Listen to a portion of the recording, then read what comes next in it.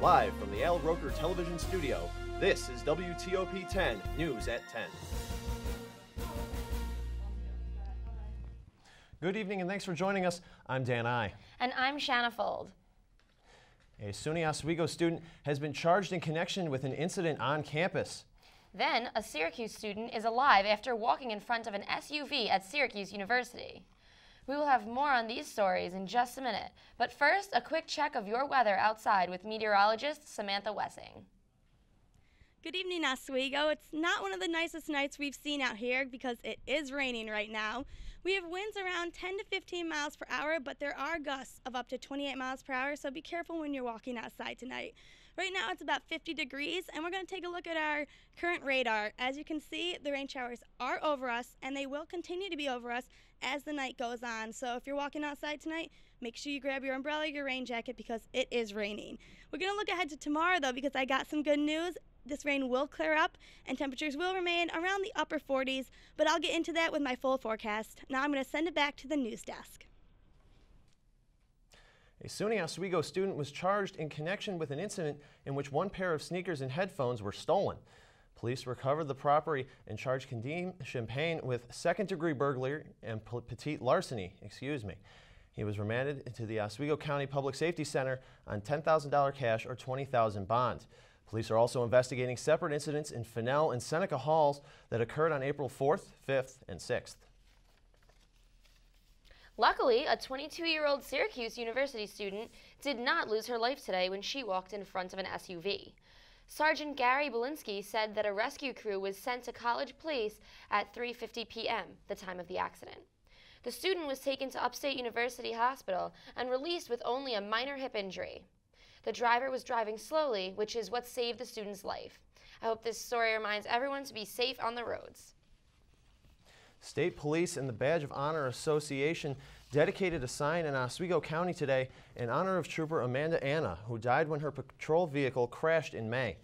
A ceremony dedicating the sign was held at the site where the accident occurred on Route 37, about 1 mile west of Route 11 in Hastings. Anna of Liverpool was patrolling in a marked State Police Chevrolet Tahoe the night of May 25th when she lost control of the vehicle on a curve. The vehicle struck a guardrail, flipped over a small inlet of water, and overturned several times. She was wearing a seatbelt but died from head injuries a few hours later at Upstate University Hospital in Syracuse. Gary Parker decided to take his motorcycle out yesterday afternoon to enjoy the 60-degree weather. His pleasant ride was ruined with an alarming call from his neighbor, warning him that his home had caught on fire. 45 firefighters from 5 different fire departments came to 4403 Oak Road. His pleasant ride was ruined, and his house was in Northern Clay. The firefighters came to fight the furious flames. They were hosing it and hosing it and hosing it, Parker said, referring to his home of 28 years. Fortunately, Parker's girlfriend, son, and tenant were all occupied in other places and not in the house. The cause of the fire is yet to be determined. Well, President Obama hit the road today, traveling to Connecticut to try to make the case for national gun control legislation, just as Congress came back to Washington looking to take up the issue. There's lots to talk about, and Emily Schmidt reports from Washington about the challenges of turning that talk into any new law. Prompted immediate calls for a government response. Here's President Obama 3 days later. In the coming weeks, I'll use whatever power this office holds to engage my fellow citizens in an effort aimed at preventing more tragedies like this. Nearly 4 months later, Congress hasn't passed any new gun control laws, so the call for change is sounding again. We're going to live with this for the rest of our lives, so our legislators need to hear us. Some families of Sandy Hook victims spoke on 60 Minutes, and one senator says he thinks their presence with the president on his Monday trip to Connecticut will make a difference. And that picture, I hope, along with the knowledge that a majority of Americans want background checks, I think will revive, reinvigorate, but also sustain that sense of momentum and urgency. Most recent polls show more than 85% of Americans support universal background checks for guns. But polls show slipping support for major gun restrictions or outlawing all guns, from 52% in a December CNN ORC poll in the days after the Newtown shooting to 43% in mid-March. There are hints of talks on a Capitol Hill compromise, but on the record, there's this. Kentucky Senator Rand Paul and 12 colleagues sent a letter to Senate Majority Leader Harry Reid Monday saying they'll oppose any bill that infringes on the Second Amendment. The Senate could take up gun control legislation this week, with an outcome less certain than the debate leading up to it. In Washington, I'm Emily Schmidt. Honeywell International plans to restart the dredging of Onondaga Lake on Wednesday, 2 days after a consultant released a scathing report on the project's potential health impacts on Camillus residents. The report was released today by Minich and Scotto Incorporated, the New Jersey firm retained by the town of Camillus and the residents group the Camillus Clean Air Coalition. The report concludes that residents of Golden Meadows and surrounding neighborhoods face far higher risks of toxic exposure than state and federal environmental officials have acknowledged, and that the project's air monitoring is inadequate. Samuel Demo of Malone, New York, lost his life this weekend in a terrible car accident. Demo was rushing his wife to the hospital at 70 miles per hour when he lost control over his vehicle. The car was flipped over a number of times before settling in the woods. Kathy, 54, was taken to the hospital in Lowville for minor injuries, while her 57-year-old husband was pronounced dead at the scene. On Tuesday, April 9th, from 7 to 9 p.m., a short film trilogy screening and a question and answer session with the director, experimental filmmaker, and SUNY Oswego alumnus Jeffrey R. Newell will follow. Newell is co-founder and chief videographer at Digital Media Solutions in Syracuse. Tickets are $7 for seniors and $3.50 for SUNY Oswego students. For more information, ask to call 315-312-2612. Barbara Lang will be holding an etiquette dinner this Wednesday, April 10th, between 6 and 8:30 p.m. in the Hewitt Union Ballroom. Lang is a former career advisor in the Cornell School of Hotel Administration and is the current owner of the Etiquette Factory. She will be teaching proper etiquette at the dinner table. Lang will be discussing how food and drink is a part of the job search process. Additionally, Lang will go through different dining experiences across cultures. All students in attendance are expected to dress in a business casual attire at minimum. Students of age can participate in wine tasting as long as 2 forms of picture ID are provided. The night is $10. Register and pay online at oswego.edu/student/career/CAL. All right, and coming up after the break, 2 high-profile women passed away today. And will this nice weather continue? We'll find out after the break. Stay tuned, you're watching WTOP 10 News.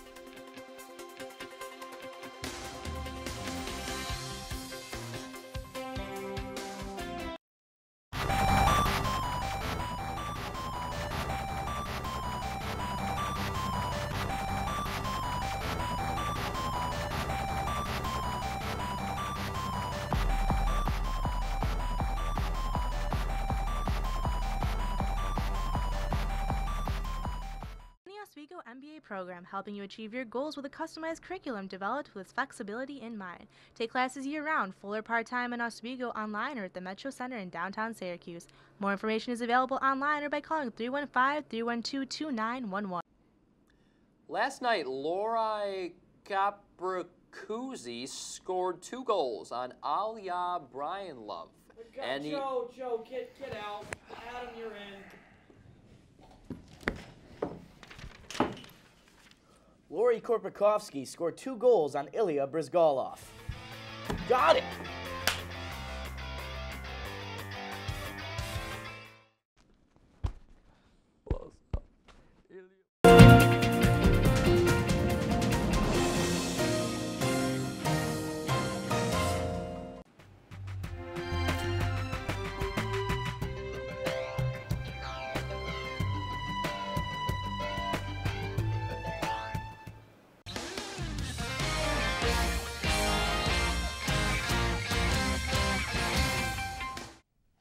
All right, well, Samantha, a good start to the day. We looked really good this morning and afternoon, but we took a bit of a nosedive. What happened? It is raining outside. I can tell you from standing out there right now.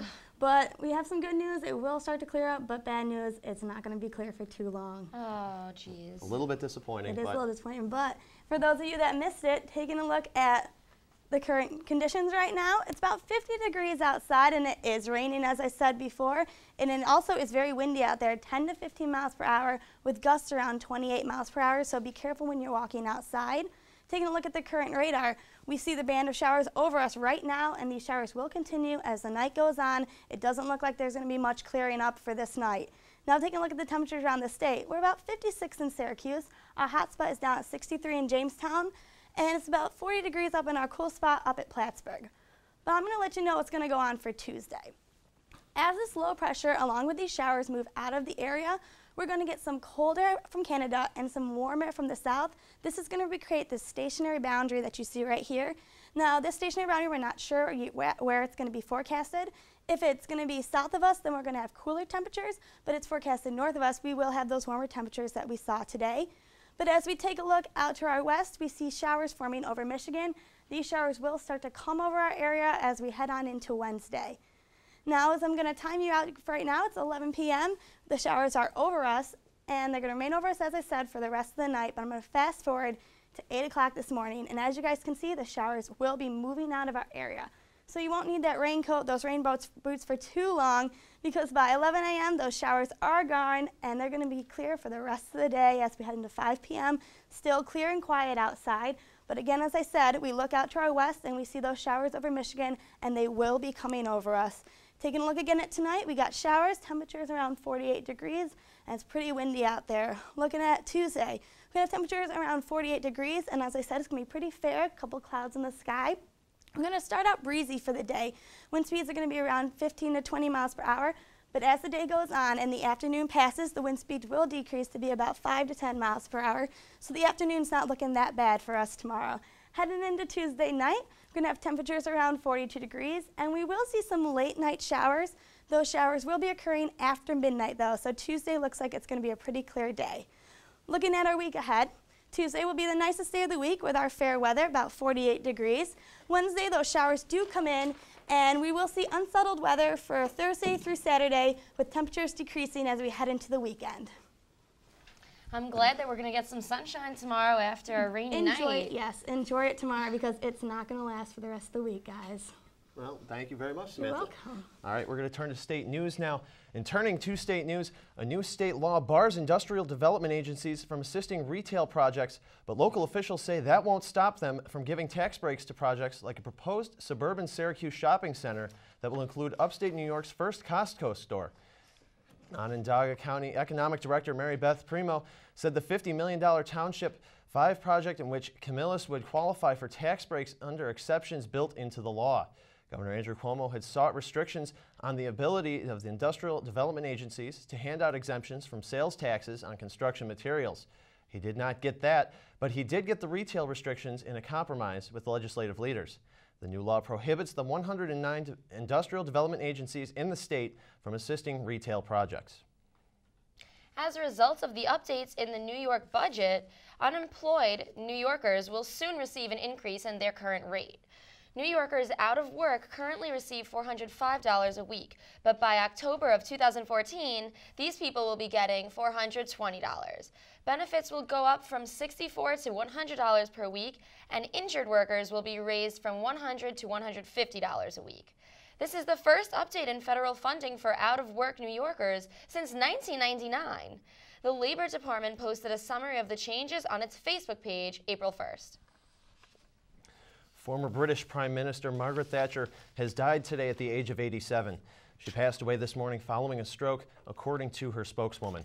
Thatcher was Britain's first and only female prime minister and the only British prime minister of the 20th century to win 3 consecutive terms. She served from 1979 to 1990 as the leader of the Conservative Party. Thatcher was called the Iron Lady for her personal and political toughness. She retired from public life after a stroke in 2002 and suffered several strokes after that. Actress Annette Funicello died today when she was taken off of life support after being in a coma for multiple years. Funicello was one of the original and most liked members of the Mickey Mouse Club in the 1950s. In the 1960s, Funicello starred opposite from Frankie Avalon in many beach-themed movies. Funicello publicly announced that she was battling multiple sclerosis in 1992. Funicello was 70 years old when she died. The Annette Funicello Research Fund for Neurological Diseases released the news online. When we come back, we'll have a full look at sports. But first, here's a look at your late night menu.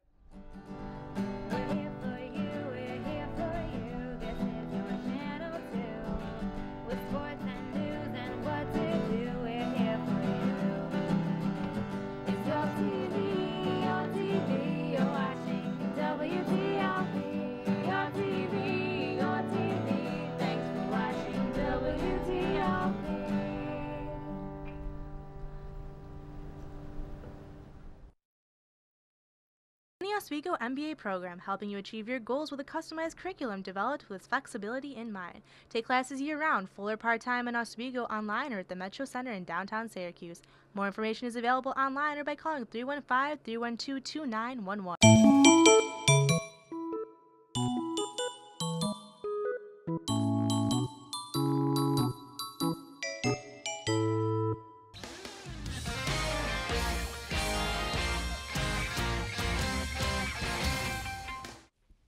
Now let's hear from Sam Berman on some helpful ways to pick up the ladies. If you're having trouble with women and can't seem to say or do the right thing, this next clip is going to highlight a few different ways you can improve your game with women. If you're an average man like me and don't necessarily have those Brad Pitt looks, and you spend night and day doing everything in your power to try and change that, well, I'm sorry, but you're doing something wrong. You don't necessarily need a six-pack, flowy hair, or that bright smile to woo girls or really be attractive. What you do need is confidence. As simple as that may sound, building confidence is a little bit harder than it may seem if you're not taking the right steps to do so. Tonight, I'm going to show you 3 easy steps to build your confidence when trying to attract women. Step number 1 is believing in yourself. If you believe that you're attractive, so will they. You can convey that you believe you are attractive using your body language, then you can convince girls subconsciously that you actually are attractive. But here's the trick. If you believe you're ugly, then you will also convey that through your body language, convincing girls that you are unattractive. So the key is to always believe you are attractive. So by standing tall and sounding confident in your voice, you too can attract women.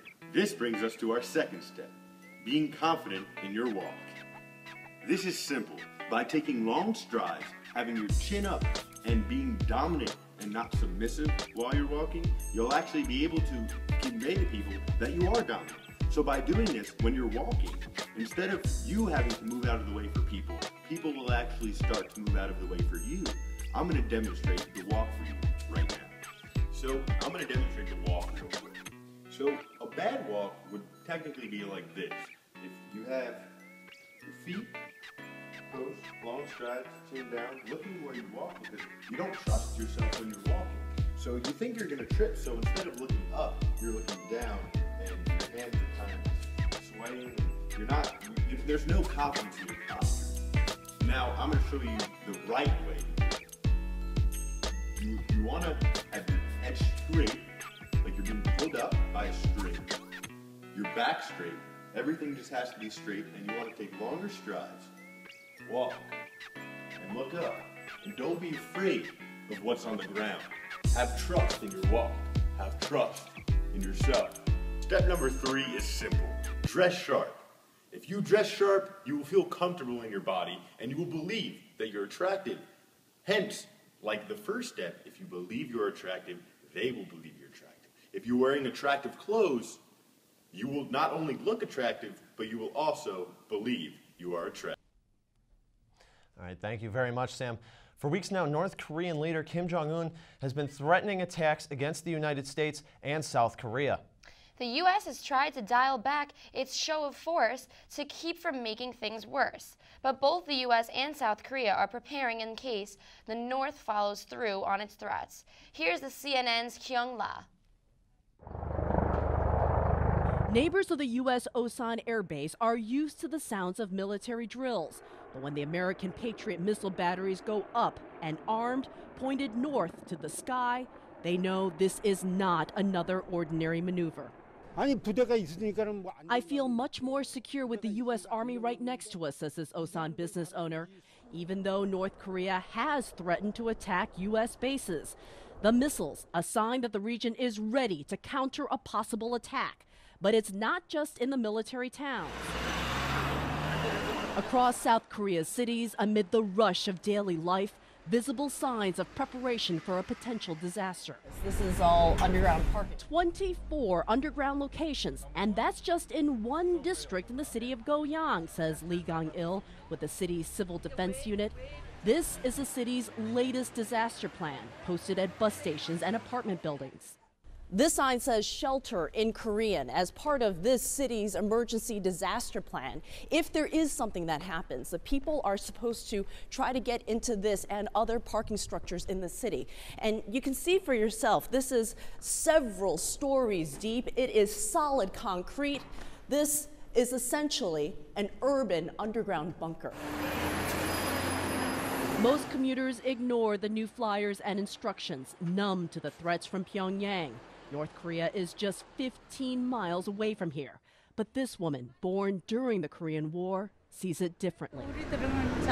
We already lived through difficult times, and now we have a better life, she says. I'm worried about everything that's happening now. A nation quietly preparing for a just in case, for the unimaginable. Kyung La, CNN, Goyang, South Korea.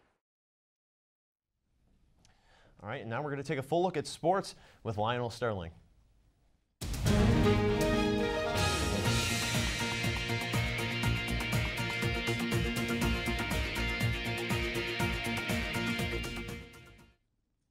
Thanks, Dan. The Oswego State softball team registered a pair of one-run wins over Fredonia to earn an important sweep in the SUNYAC standings on Saturday afternoon, the first of which came down to an 11-10 final. Alexis Nasco went the distance pitching, allowing 10 runs on 8 hits and 7 walks. Rayella Wiley-Delp of Fredonia suffered the loss after allowing 4 earned runs in the final 3 1/3 innings. In the second game, the offense continued as Oswego State held off a late-game surge by Fredonia and held on to the win by a score of 5-4. Oswego State travels to Utica on Wednesday to face the Pioneers in a doubleheader starting at 3:30 p.m. The Oswego State baseball team fell in both games of a doubleheader against New Paltz by scores of 10-1 and 6-3 to complete the 3-game series sweep. The Lakers pitching staff was unable to keep the Hawk Bats at bay in the first game, which led to the lopsided contest. In the beginning of the second game, the Laker offense seemed to come to life with 1 run in each of the first 2 innings, but after opposing New Paltz came back in the bottom of the second inning, scoring 4 runs, Oswego had no answer. Oswego State returns to action on Wednesday when it takes on St. John Fisher in a non-conference doubleheader at the Laker baseball field. Game time is slated to begin at 2:30 p.m. Syracuse fell this past weekend in their Final Four matchup against Michigan to the tune of 61-56. Depressing, I know. This was due to a fearless attacking offense of Michigan against Syracuse's vaunted and often suffocating zone defense in the first half, getting big contributions off the bench and hanging on for dear life at the end, even fighting through Trey Burke having a dismal night going 1 for 8 and only ending with 7 points. Michigan will be going on and is actually playing right now its first national title since 1989, facing Louisville at the Georgia Dome, which, by the way, at halftime, the score is 38-37 for those with money on the game. In the NBA news, the Knicks won their 12th straight game of the season yesterday when they took out the Oklahoma City Thunder, the second-place team in the West, in what was a fascinating game to watch from beginning to end. Carmelo Anthony did what Carmelo Anthony does, and he balled out. He had 36 points, 12 rebounds, and moves ahead of Kevin Durant to become the NBA's top scorer at this point in the season. J.R. Smith, or as Knicks fans like to call him, J.R. Swish, chipped in with 22 points of his own as well.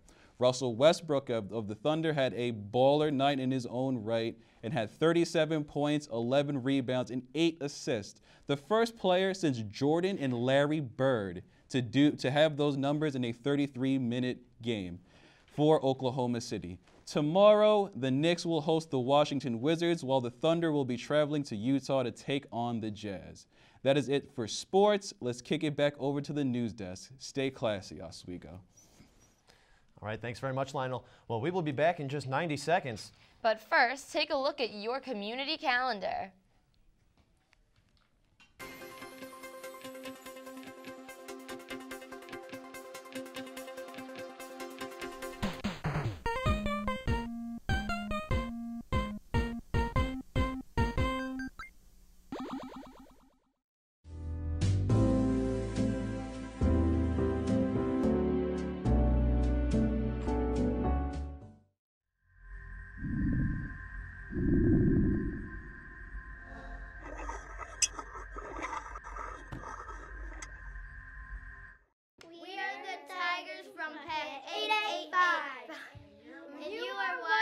WTOP. Yeah.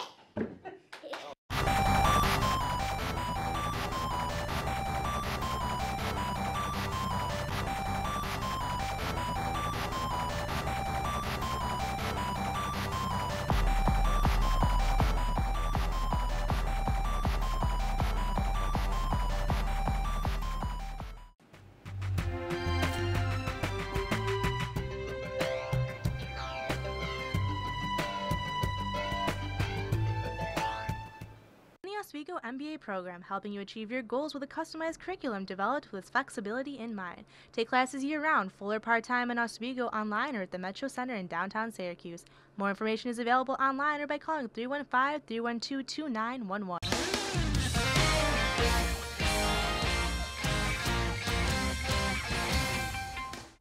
right, welcome back to WTOP 10 News at 10. Some sticky-fingered thieves in Germany have made off with 5.5 tons of Nutella spread. Police say the culprits stole the chocolate hazelnut treat from a parked trailer. The load, which is valued at over 16,000 euros, that's about 20,000 American dollars if you're wondering about the conversion, was taken from a location that has been subject to robberies in the past. According to the German news agency DPA, a load of energy drinks were also stolen from the exact same location. The New York Post revealed today that a 33-year-old Cookie Monster impersonator became violent in Times Square. Cookie Monster, whose birth name is Osvaldo Quiroz Lopez, posed for a picture with a 2-year-old boy on Sunday. When the boy's mother did not tip Cookie Monster for his services, Lopez became a real monster and pushed the boy to the ground. Cookie Monster was charged with assault as well as endangering the welfare of a child. The real Cookie Monster would be very disappointed. And before we say goodnight, here's one final look at your forecast with meteorologist Samantha Wessing. So let's take a look at our classcast for tomorrow. We're going to start the day at about 41 degrees. It's only going to increase slightly to be about 48 in the afternoon. But remember, tomorrow's going to be a fair day, so get out there and enjoy it. Well, very interesting. The weather, we've had a couple of nice days, as well as now a lot of people, though, the rain, kind of good timing, able to go back indoors for this national championship game, Lionel. Of course, of course. They got to catch that game out. Got to. Good stuff, like Lionel said. At halftime, 38-37, Michigan leading. All right, well, that will do it for us here for the entire 10 News team. I'm Dan I. And I'm Shanna Fold. Good night, Oswego, and don't forget to tune in tomorrow night for WTOP.